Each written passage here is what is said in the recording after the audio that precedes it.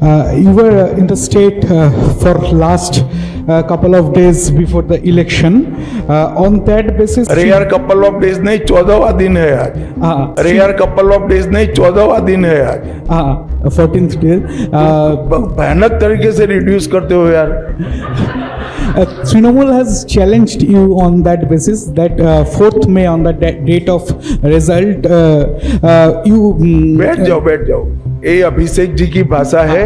मैं ना इसका जवाब दे सकता हूँ ना रिस्पॉन्ड कर सकता हूँ। मैं इस तरह की ओछी बातों का जवाब नहीं देता भैया। मैं इस तरह की ओछी बातों का जवाब नहीं देता भैया। सेकेंड फेज में ऐसा बहुत सारा केंद्र है जहाँ पे नॉर्थ 24 परगना या फिर साउथ 24 परगना जहाँ से लड़कियों का पाचार का घटना बहुत ज़्यादा सुनाई देता है और माइनर एजेस लड़कियों। तो इस बारे में मतलब क्या व्यवस्था लिया जाएगा अगर भाजपा की सरकार आई तो? देखिए, ये मुझे कोई आश्वासन देने की जरूरत नहीं है। हमारा ट्रैक रिकॉर्ड है। जहाँ जहाँ भारतीय जनता पार्टी की सरकारें बनी, हमारी सबसे टॉप की प्रायोरिटी में से एक महिला सुरक्षा रही है और ये हमने कर कर भी दिखाया है। और बंगाल की माताओं बहनों को भी पूरा भरोसा है और हमने सिंबॉलिक रूप से महिला अत्याचार की विक्टिम को भी प्रत्याशी बनाकर बंगाल की विधानसभा में बिठाने का तय किया है। और मैं मानता हूं कि किसी भी पार्टी की एक टॉप मोस्ट प्रायोरिटी होनी चाहिए थी। महिला मुख्यमंत्री की तो सबसे पहली होनी चाहिए, परंतु ये हुआ नहीं है। भारतीय जनता पार्टी की सरकार ही ये करेगी। मौपिया नंदी, कोलकाता टीवी।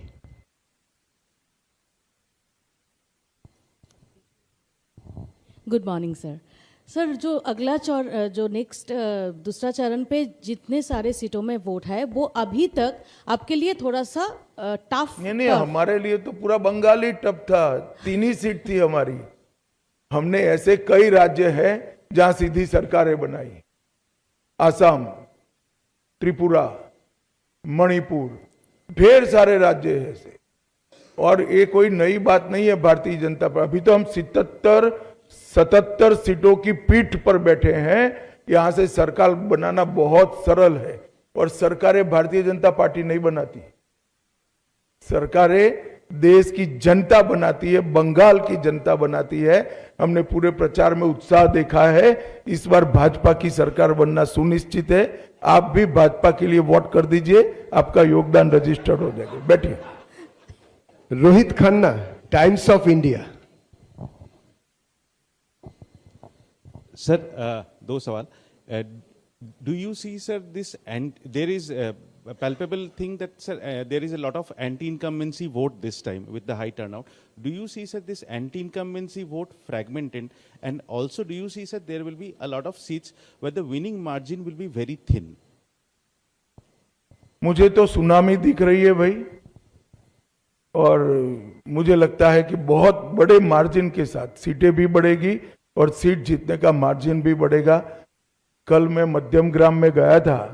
रात को जो नजारा दिखा है मध्यम ग्राम में, मैं चौथी बार प्रचार करने के लिए गया, पहली बार नहीं गया हूं।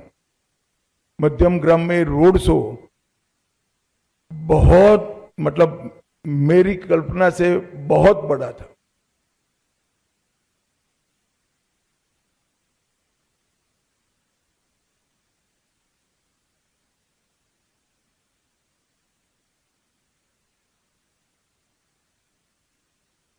नहीं, देखिए, पहले कलकत्ता सिटी कांग्रेस के लिए वोट करता था।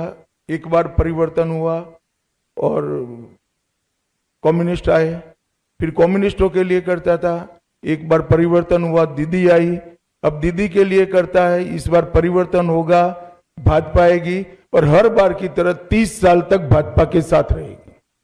আমি যার নাম ডাকছি এবং তার তিনি হাত তুলবেন। মনোজ্ঞা লোহিওয়াল দিদি, এনডিটিভি। মনোজ্ঞা লোহিয়াল দিদি, এনডিটিভির।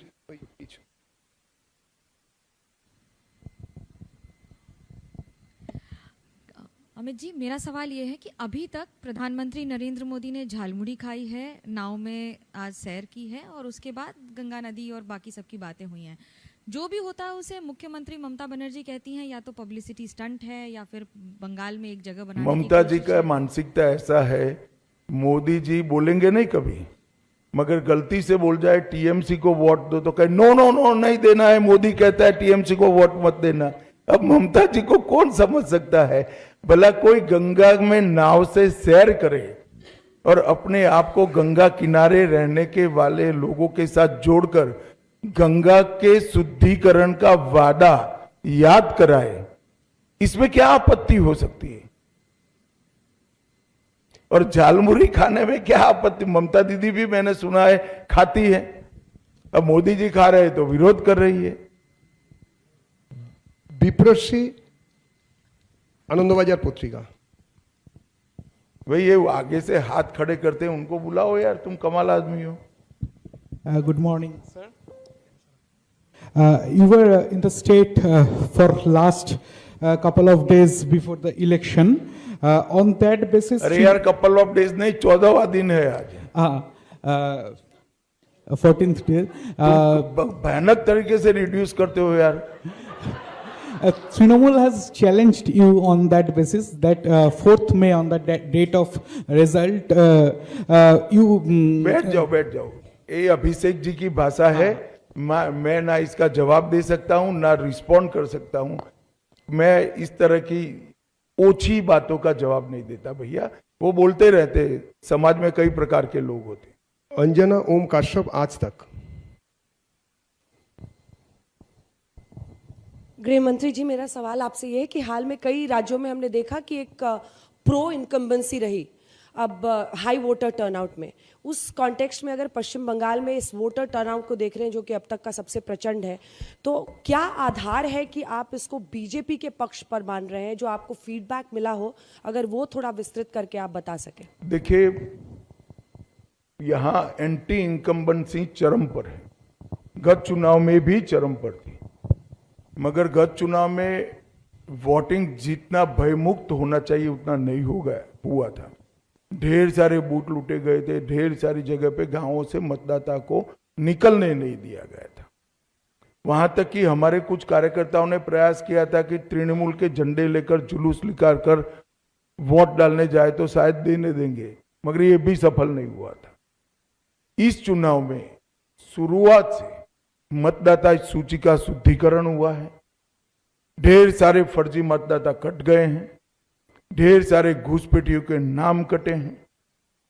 प्रशासन ने और पुलिस ने और सीएपीएफ ने सुरक्षा का चौक चौबंद व्यवस्था करा है और चुनाव आयोग ने भी अपनी पैनी नजर भयमुक्त वोटिंग के लिए बनाकर रखी है। और इसके कारण मुझे पूरा भरोसा है कि जो रोष है, ये रोष की अभिव्यक्ति मुक्त मन से चुनाव में हुई है, परिणाम हमारे पक्ष में आए। सब्यसाची जोगसंख।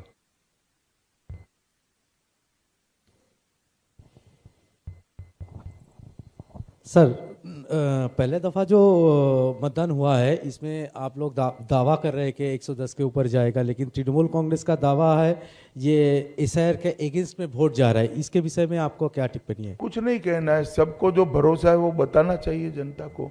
जनता को किस पर भरोसा करना वो जनता तय करे। Devendra Parashar India TV. Devendra Parashar India TV. हाँ, खड़ा करते हैं भैया, गुस्से मत हो यार, क्यों ममता दीदी जैसा करते होता? गृहमंत्री करता हूं मैं जी, आप अलाउ करें तो दो छोटे सवाल हैं मेरे। पहले ही बात तो ये है कि जैसा कि आपने बताया भी कितना वायलेंस होता था यहाँ पे, पिछले लोकसभा में भी हमने देखा कि जम्मू कश्मीर जैसा राज्य जो कि आतंकवाद से ग्रस्त है, वहाँ शांतिपूर्वक तरीके से चुनाव हुआ।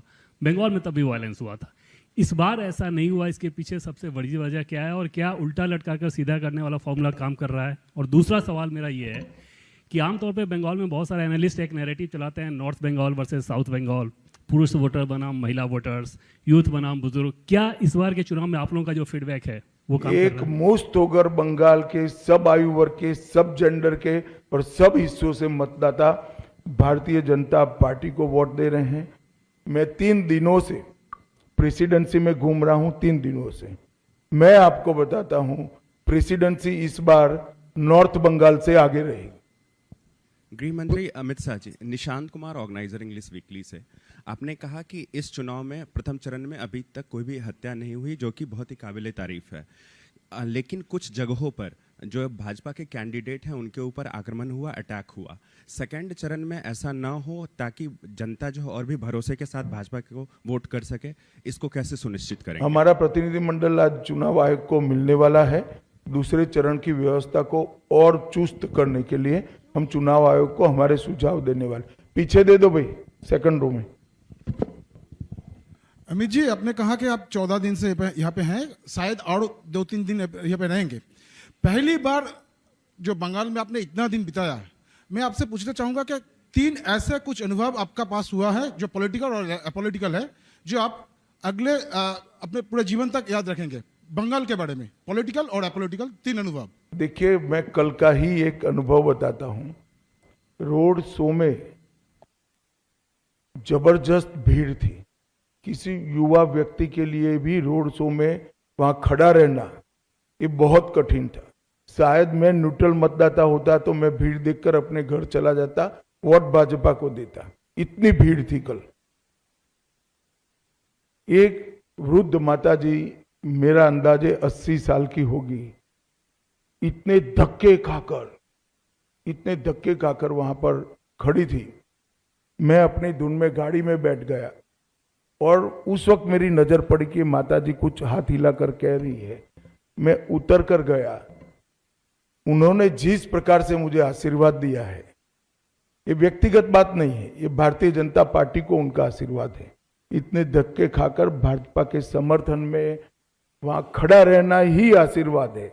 मगर फिर भी आगे आकर पुलिस की बैरिकेड को लगभग तोड़कर मिलकर आशीर्वाद दिया है। मैं मानता हूं ये मेरे जीवन का बहुत है। वो भी एक ऐसी ही माता जी ने भेंट किया हुआ है। और इस प्रकार के आशीर्वाद व्यक्तिगत जीवन में बहुत बड़ी ताकत और हौसला देते हैं। फिर ये भाईपो कितनी भी गाली बोले कोई असर नहीं होती है। जब इतनी बूढ़ी माँ आशीर्वाद देती है कुछ नहीं होता।